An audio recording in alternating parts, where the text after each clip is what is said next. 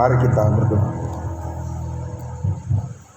Bapa, tiba saatnya kami mendengarkan firman. Kami siapkan hati dan pikiran kami.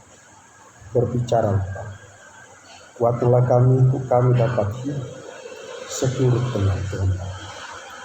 Amin. Damai sejahtera Allah yang melampaui segala akal, itulah kiranya yang menguasai hati dan pikiran dalam Kristus Yesus Tuhan kita. Amin. Shalom. Firman Tuhan yang menjadi pedoman hidup kita diambil dari Efesus pasal yang kelima, ayat 8 sampai yang ke-11. Saya membacakan yang kita, demikian firman Tuhan. Memang dahulu kamu adalah kegelapan, tetapi sekarang kamu adalah terang di dalam Tuhan. Sebab itu hiduplah sebagai anak-anak terang. Karena terang hanya berbuahkan kebaikan dan keadilan dan kebenaran. Dan ujilah apa yang berkenan kepada Tuhan. Janganlah turut mengambil bagian dalam perbuatan-perbuatan kegelapan yang tidak berbuahkan apa-apa. Tetapi sebaliknya, telanjangilah perbuatan-perbuatan itu. Sebab menyebutkan saja pun apa yang dibuat oleh mereka di tempat-tempat tersembunyi telah memalukan.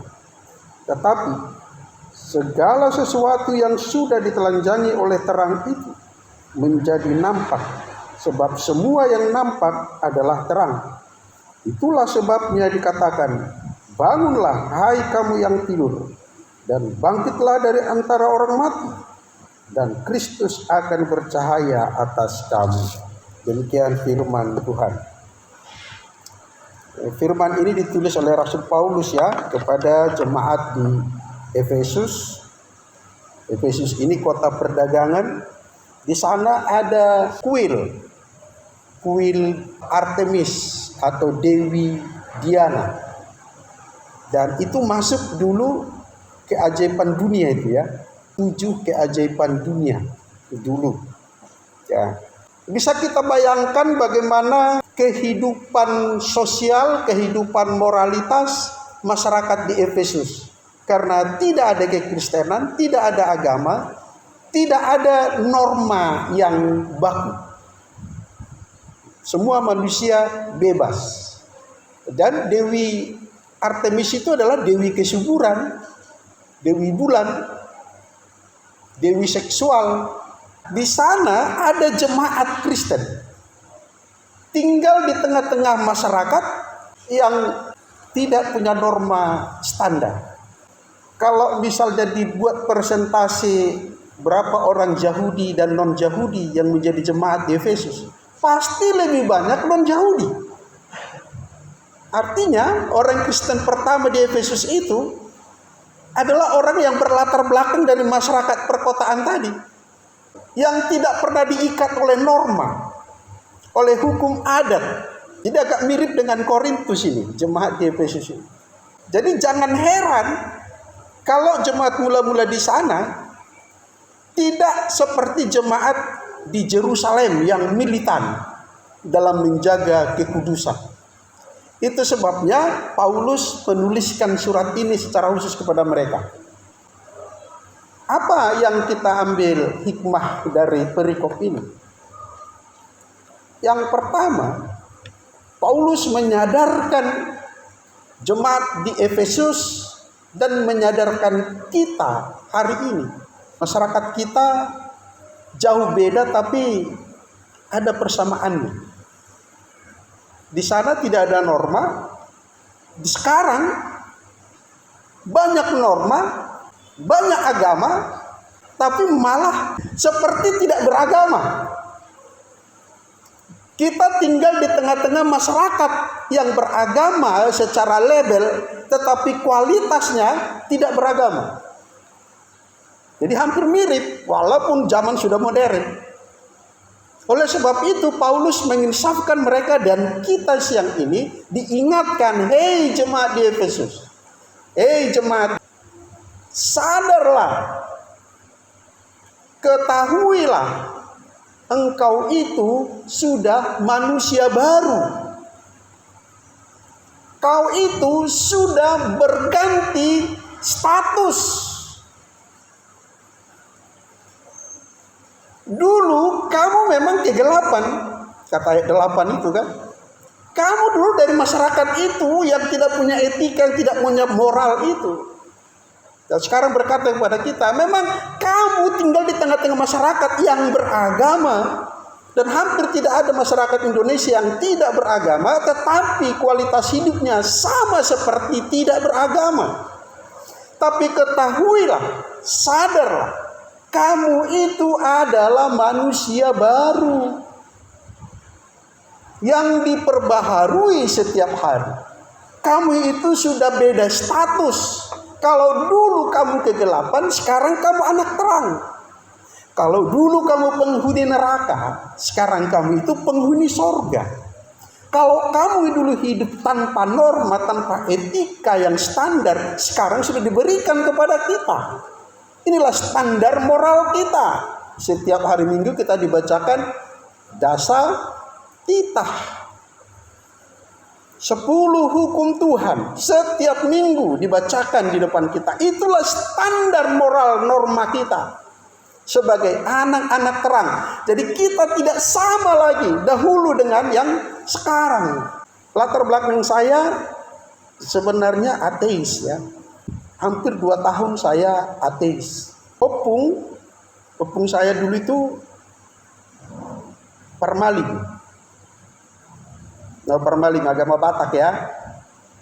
Nah, dari Parmalim dia jadi mualaf. Jadi nama opung itu Abdullah. Baru setelah itu saya lahir, mereka jadi Kristen. Nama Abdullah menjadi nama Nahum. Itu opungku. Nah, tahun 86, 87 saya selesai sekolah dalam secara psikologi. Saya tidak perlu terangkan namanya Mama Tiri ya. Pokoknya kalau cerita Mama Tiri yang saya alami, maaf bagi Mama Sambung ya. Kalau pernah nonton Hari Hanggara, bedanya dia dengan saya, dia mati aku hidup. Dia punya saudara satu mama, saya tidak. Jadi dalam situasi itu begitu selesai sekolah, saya langsung berangkat ke Medan ini. Jadi waktu itu saya tantang Tuhan. Asli saya tantang secara pribadi. Kalau tahu Simpang Marindal, ke Marindal Dalam tahu ya. Itu dulu belum ada penerangan nih, belum ada jalan ring road. Itu masih jalan gelap gitu ya. Dulu masih coklat itu di dalam. Saya setiap malam turun di situ, jalan kaki ke dalam untuk membuktikan ada atau tidak Tuhan. Tuhan, kalau kau benar-benar ada, ini aku ambil. Buktikan kuasamu bahwa kau bisa mencabut nyawa. 1 tahun penuh kerja di pasar, gak pernah tergoris belati, gak pernah tersenggol mobil, gak pernah sakit, sehat terus. Akhirnya saya berkesimpulan Tuhan itu tidak ada. Kalaupun ada, dia tidak peduli dengan saya. Akhirnya saya balik. Setan, hantu laut, hantu Beelzebul, apapun kau penguasa kegelapan ini, kalau kau betul-betul ada, kau betul-betul berkuasa, buktikan, ambil ini. Dalam ambil artinya matikan, gak ada gunaku hidup, begitu kira-kira. Ambil. Sama juga, gak ada. Tetap aja sehat. Rupanya di pasar ini banyak uang. Kalau uang setelah kerja kan, loh, aku bekerja kok uangnya cuma segini sebulan. Awak di pasar tiap hari dapat duit. Karena tidak terjadi apa-apa itulah akhirnya saya berkesimpulan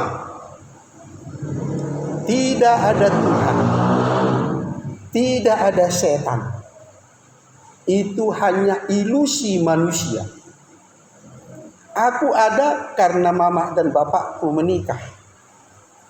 Andaikan bapak dan mamaku tidak kawin, maka aku tidak ada. Itulah prinsipku.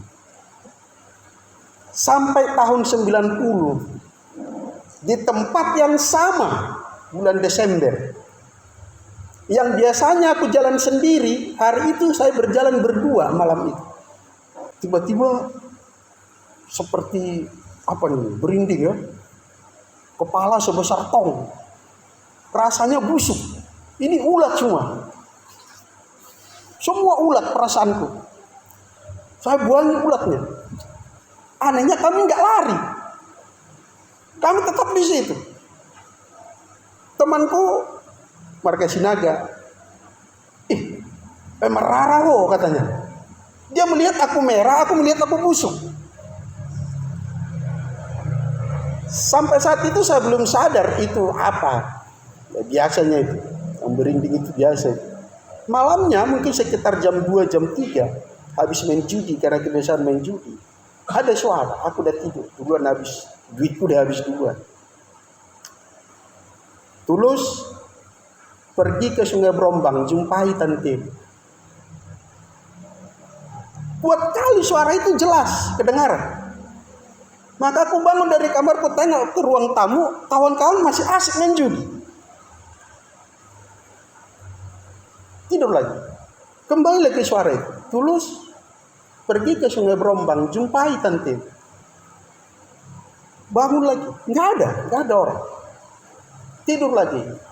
Ketiga kali nggak aku pedulikan lagi. Tidur terus long.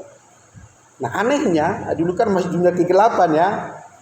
Paginya kena nomor porkas, dulu masih porkas, belum toge. Kena porkas 3 angka. Tapi karena suara yang tadi malam, itu uang nggak saya belanjakan. Yang penghasilan tiap hari saya habiskan seperti biasa. Yang ini enggak. Singkat cerita, saya berangkat ke Sungai Brombang, ketemu tante saya di sana, dia peluk saya begitu. 3 perkataan yang diucapkan. Tapi waktu itu nggak kutanggapi sama sekali. Tuhan Yesus ada, Tuhan Yesus mendengar doaku, Tuhan Yesus sayang aku, katanya. 3 perkataan itu diucapkan waktu dipeluk ini. Dalam hatiku, apa dok mais? Tarung dewata, nggak ada Tuhan. Diajak ke gereja nggak mau aku, nggak mau sama sekali nggak mau. Aku kesini bukan mau cari gereja tante, di Medan banyak gereja. Ya mau ngapain? Aku mau cari kerja. Udah bosan aku di pasar ini. Singkat cerita, saya bekerja di situ karena dapat perjuangan Ki Hajar Dewantara ya. Saya bekerja sebagai tata usaha. Karena ijazah saya bon A bon B. Kalau sekarang ahli media akuntansi ya. Nah, itu. Baru waktu suatu ketika saya diajak pertanyaan, kalau PA sekarang ya, PA. Yang anak yang ikut remaja-remaja, orang bawa Alkitab, kemana lah orangnya. Jadi tanteku pakai trik, antar dulu adikmu ini ikut PA. Saya antarlah. Saya tunggulah di situ. Nyanyi-nyanyi orang itu nggak ada. Aku tahu gereja lagu-lagu Betel ini selain Betel sejauh nama Bali. Karena di kampung itu kami nyanyikan Betel sejauh nama Bali. Berarti ada orang gereja Pentakosta kami lempari dulu di kampung ya. Jadi singkat cerita suatu Jumat, hanya lagu ini yang ku tahu karena memang dari kidung jemaat dinyanyikan. Aku berserah, aku berserah. Dinyanyikan bolak-balik. Pertama ku ejek, apa lagu orang ini? Bolak-balik, balik lagi. Terus aku rasa ada 10 kali ada itu. Lagu itu diputar-putar bolak-balik, dinyanyikan. Tapi kok makin terasa. Akhirnya sampai terjatuh, saya terjerembab, saya lihat sepertinya saya lepas. Saya lihat saya busuk di bawah. Saya teringat malam itu. Inilah kau memang busuk. Disitulah aku akui, Tuhan kau ada. Yesus kau Tuhan.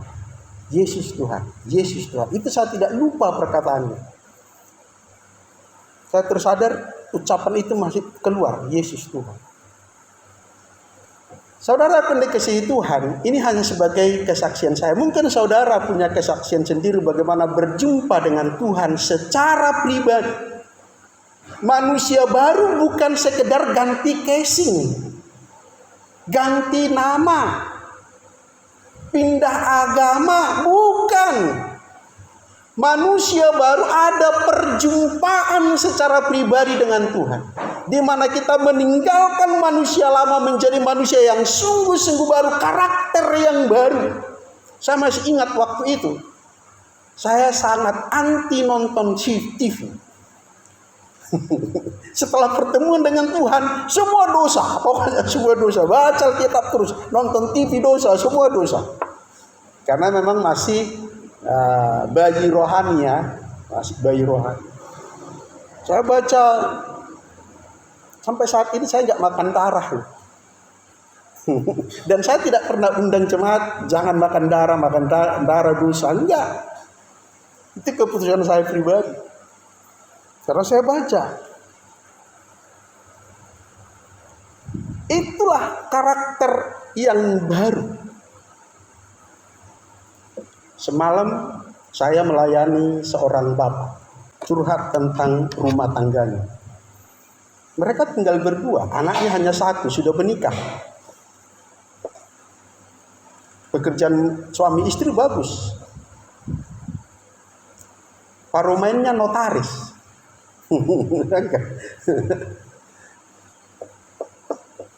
Tetapi ada yang tidak beres dengan rumah tangga ini. Kalau menurut laporan dia dan selama yang saya lihat memang dia luar biasa mendampingi istrinya ya. Tetapi seperti kedua orang ini menjadi Kristen tanpa pertemuan dengan Tuhan. Karakter tetap duniawi. Baik suami, baik istri.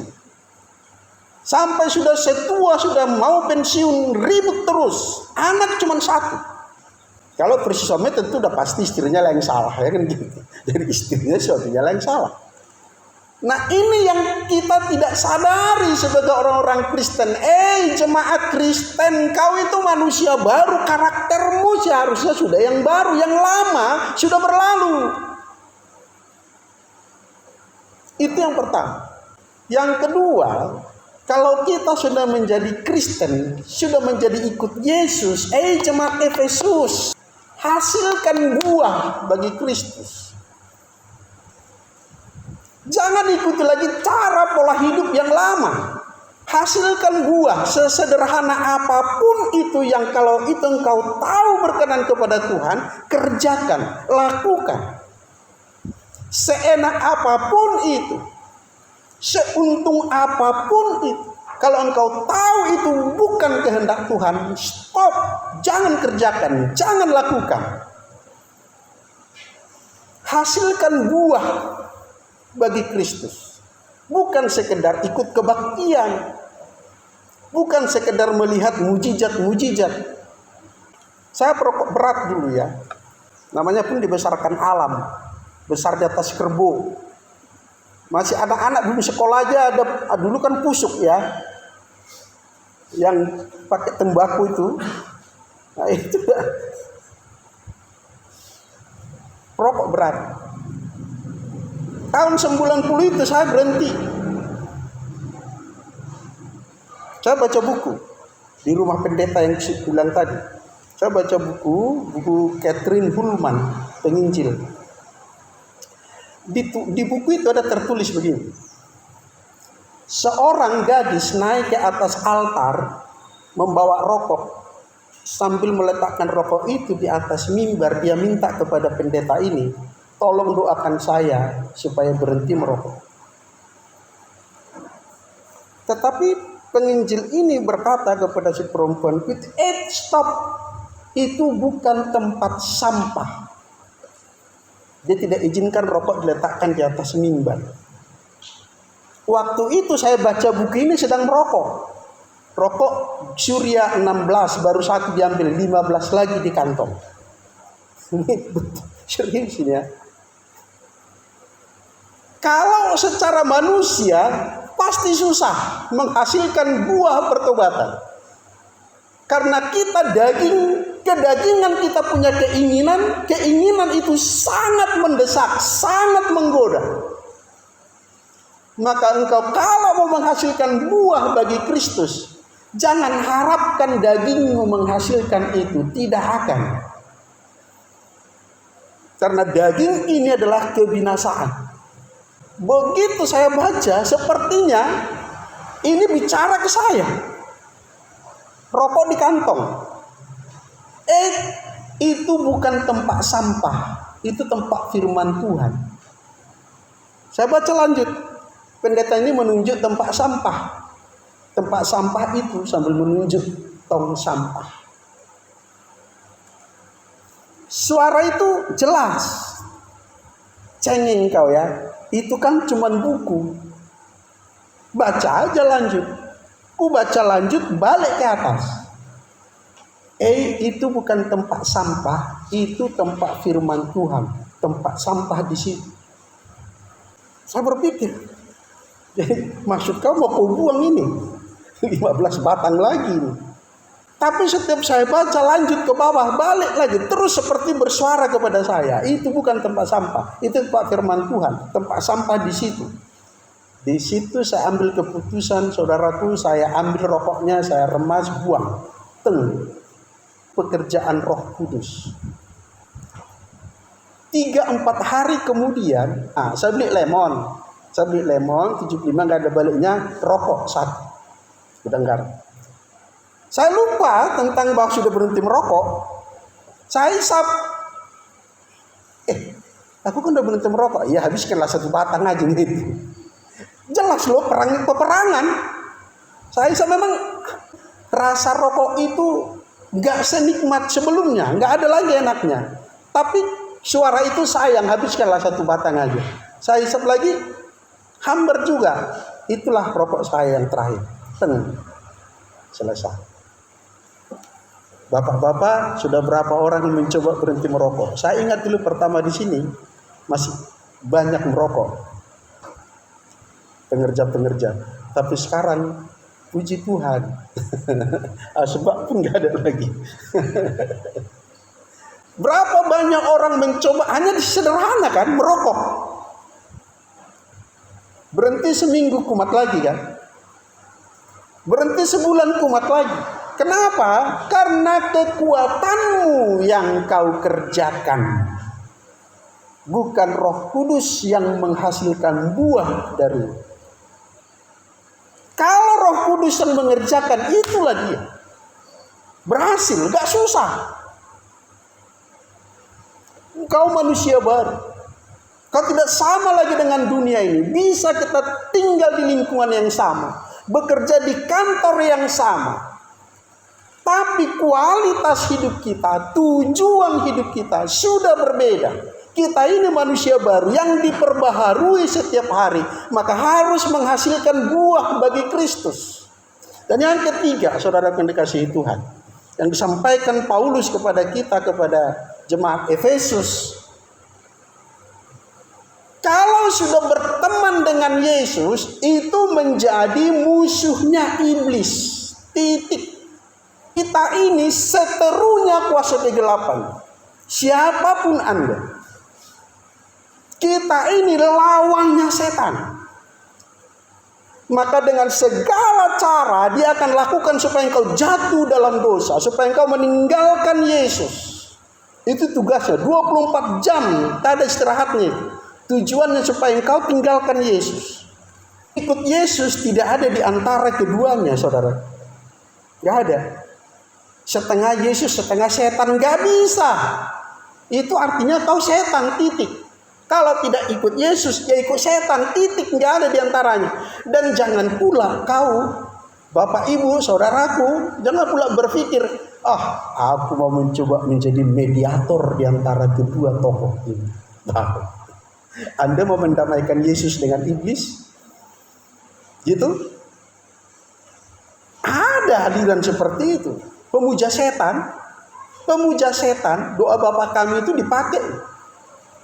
Cuman ganti alamat. Bapa kami yang di neraka, Lucifer, dikuduskanlah namamu. Itu ada itu. Dan pesan moral mereka yang disampaikan di setiap mereka melakukan kegiatan kampanye. Marilah bersama kami, tanda metal dari atas ini. Lalu tangan berlubang paku dari bawah berjubah putih.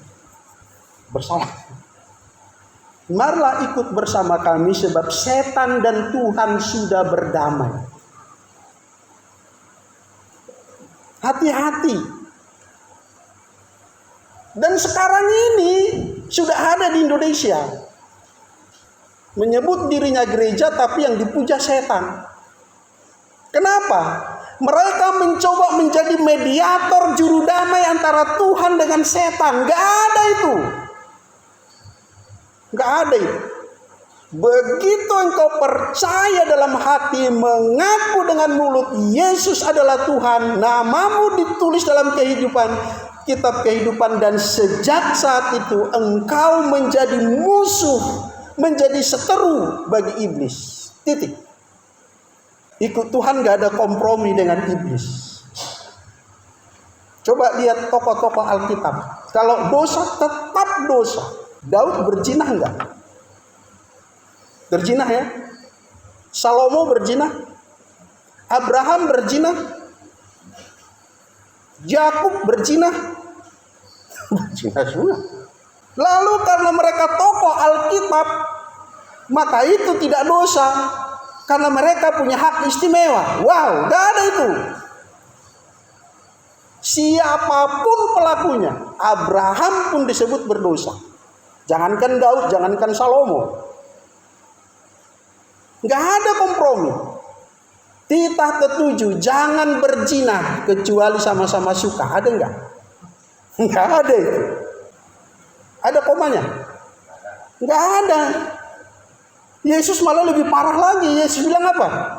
Melihat saja. Bah, ngeri nih. Melihat saja dan mengingini kamu telah berzina. Gak ada kompromi.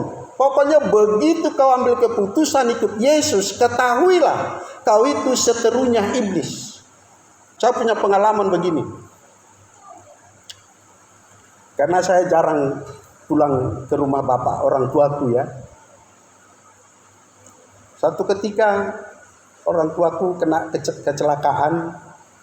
Jadi katanya harus dibawa ke dukun. Pengobatan. Jadi menurut informasi dari bapak ke saya, dukun ini masih muda tapi masuk roh Sisingamangaraja. Sahala Sisingamangaraja. Jadi dia ini bisa tidur di tiang. Jadi di satu broti, rumah itu, sotoh rumah itu. Dia bisa tidur di situ semalaman. Dia bisa menghilang. Dia bisa dari sini tiba-tiba sudah di rumah sana. Oh gitu ya Pak. Gak usah ke sana. Ayolah, kawanilah. Pak gini aja, karena aku di desa terus harus ikut. Gini aja ya Pak. Kalau dukun itu nanti mempersilahkan saya masuk ke dalam rumah, itu dukun palsu. Pas ada holomu songoni, ya iya. Dukunnya pasti tahu roh kudus saya akan mengganggu pekerjaan dia. Saya tidak akan diizinkan masuk. Tapi kalau dia kasih aku masuk ke rumah, dia dukun palsu. Abe tamak, ayolah. Singkat cerita berangkatlah kami. Dukunnya ngasih masuk saya saudara. Ngasih masuk. Berarti gak ada roh di dalam hatimu. Kalau ada roh setan, roh Beelzebul dalam hatimu pasti melarang aku masuk. Aku tahu kau dukun palsu. Singkat cerita dia masuk kamar sini. Dia panggil kami setelah setengah jam dari kamar sana. Masuk dari sebelah sini, dia panggil, kerengakan kata. Dukun palsu ini Pak. Kita mah. Ini sudah di rumah dukun itu. Masuklah kami ke kamar yang dipanggilnya itu sudah pakai ulos, pakai diulos di lantai, dibuatnya ulos, itu ada sirih, ada apa namanya itu, merica, itu lada, segala macam lah di situ, pokoknya sajennya di situ diulos itu. Suaranya udah berubah. Suaranya berubah jadi suara pengopung. Nah, anehnya sudah langsung yakin ini udah palsu, ini bukan aku yang palsu, kau yang palsu. Begitu dalam prinsipku. Kenapa? Makin yakin, kok bahasa Simalungun si Singamangaraja? Sejak kapan si Singamangaraja pakai bahasa Simalungun? Tapi opungku panggil, bapakku panggil dia opung. Ya opung, oh lopung. Dari manalah kau masuk ya? Dalam pikiranku udah begitu. Dari mana kau masuk? Ku tengoklah rupanya di balik pintu, kan pintu sini kamar sini dengan pintu kamar sini ada pintu. Di balik pintu itu ada papan yang tidak nyambung. Jadi pemisahnya papan panjang. Papannya panjang-panjang dari atas ke bawah. Jadi satu papan bisa diputar seperti engsel pintu.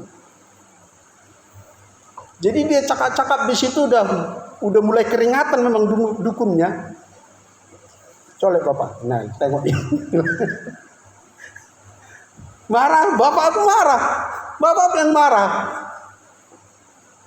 Tahu apa kata dukun ini akhirnya? Di situ juga di tempat yang sama.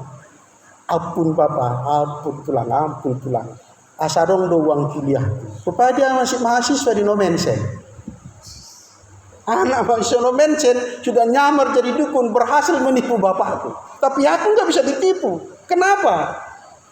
Kita ini seterunya iblis. Iblis tahu siapa kita.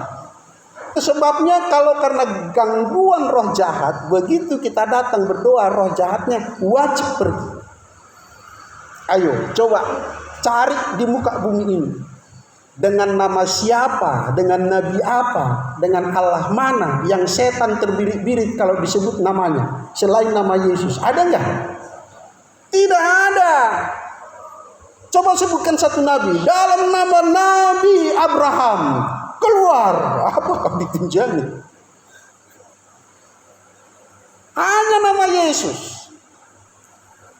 Itu sebabnya kenapa iblis setan Beelzebul begitu seriusnya menggoda kau, menghancurkan hidupmu, menanamkan benih-benih penyakit kebencian di hatimu.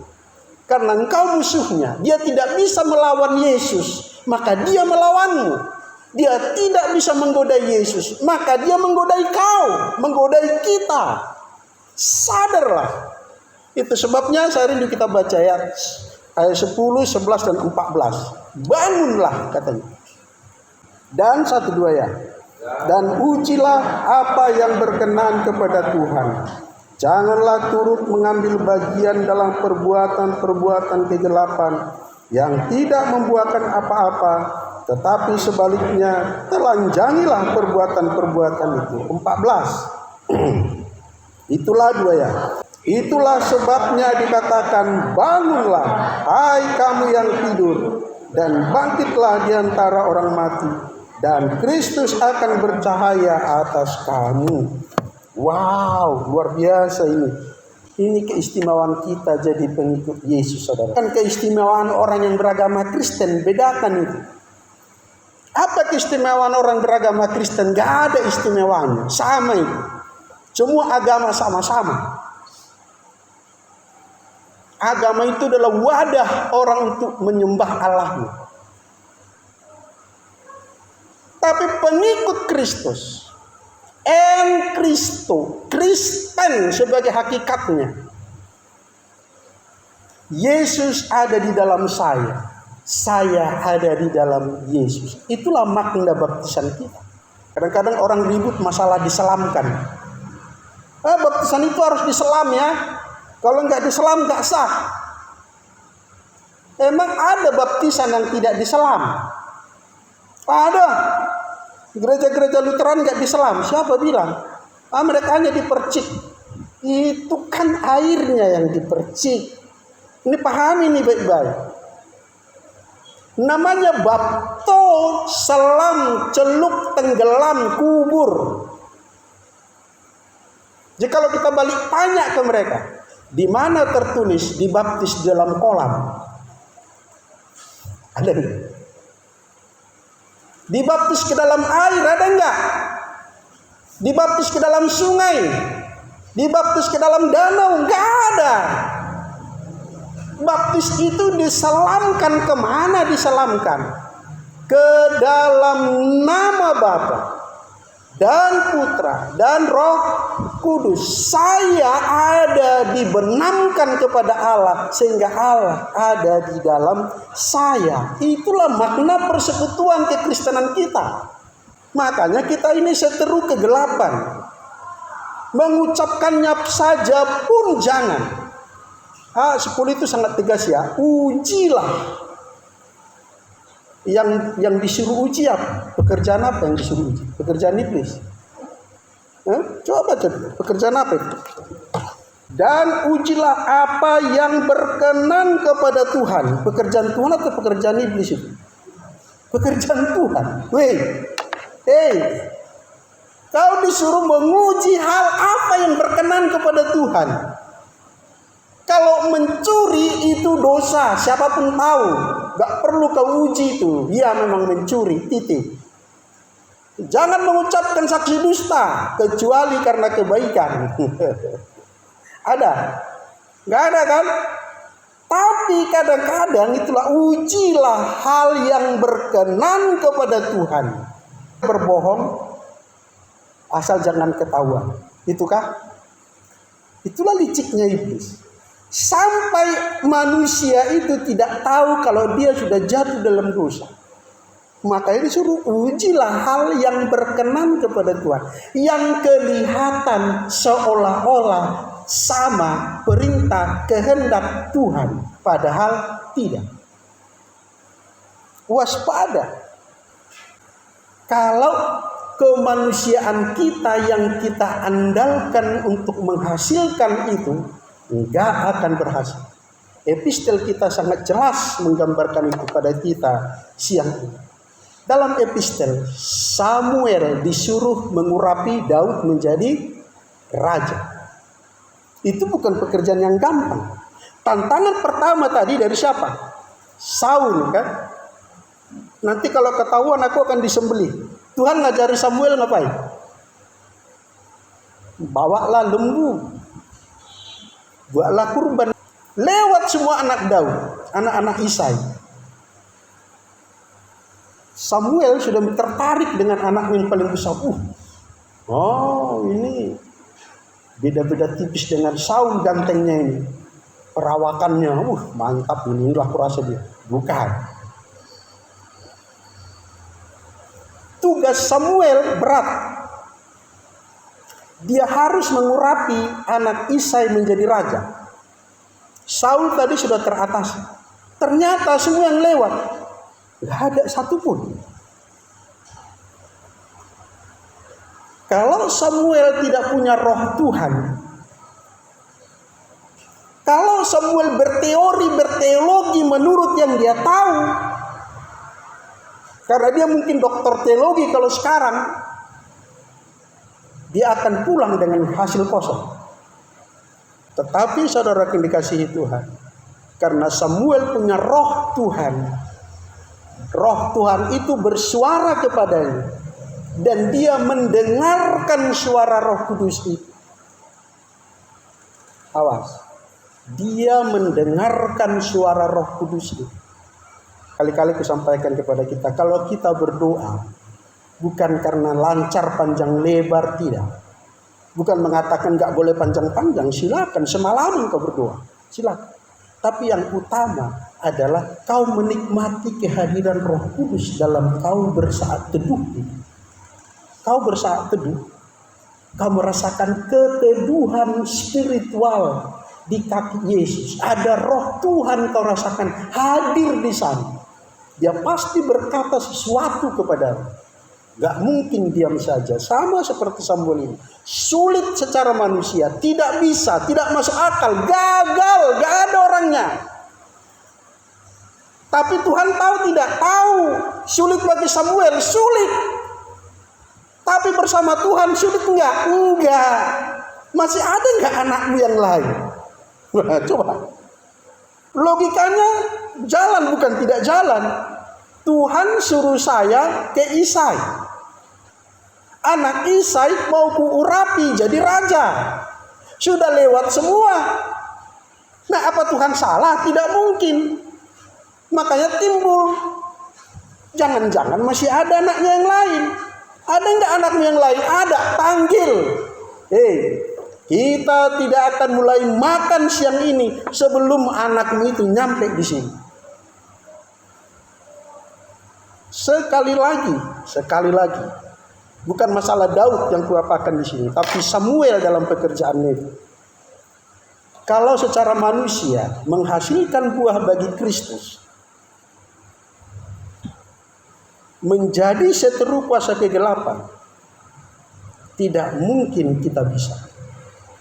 Iblis jauh lebih licik daripada kita.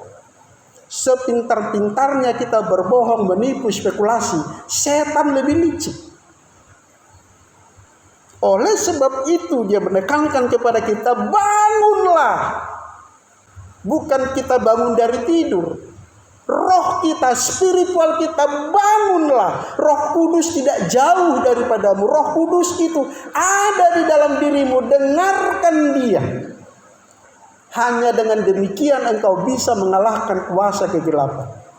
Enggak ada strategi mengalahkan kuasa roh jahat ya. Jangan percaya. Kalau ada orang strategi cara melepaskan doa pelepasan, cara mengusir setan, langkah pertama, langkah kedua, langkah ketiga, enggak betul itu. Itu teori, enggak benar itu. Satu-satunya cara mengalahkan iblis adalah nikmati persekutuanmu dengan Tuhan. Titik. Enggak ada yang lain. Nikmati kedekatanmu dengan Tuhan, kebersamaanmu, keimanuelanmu dengan Tuhan, bahwa engkau menjadi satu dengan Tuhan. Hanya itu satu-satunya cara mengalahkan segala kuasa kegelapan. Gak ada yang lain. Sehingga tidak perlu pakai panjang-panjang mantra kuat, suara dalam nama Yesus keluar.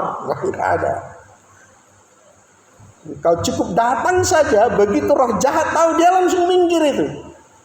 Itu semua terjadi dengan pelayanan Yesus. Itu sebabnya saudara kekasih itu. Ingat, engkau manusia baru, maka relakan dirimu diperbaharui setiap hari. Hasilkan buah bagi Kristus sesederhana apapun, termasuk hanya memberi mungkin minum orang yang kehausan. Minum sesederhana itu. Itu lebih mulia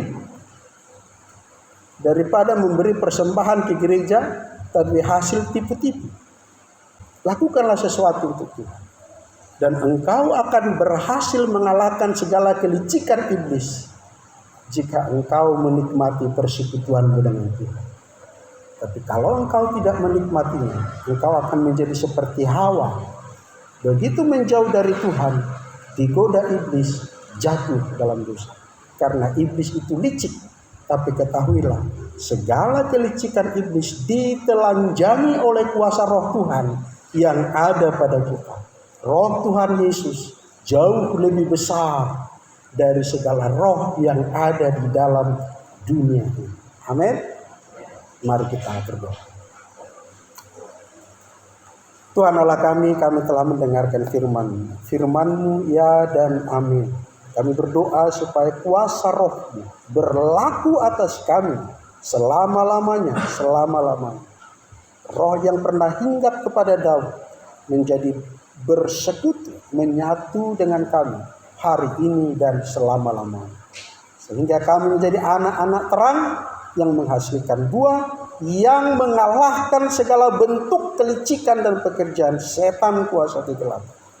Kami menjadi anak-anak berkat, anak-anak terang di dunia yang semakin gelap ini. Dalam nama Tuhan Yesus kami berdoa. Amin.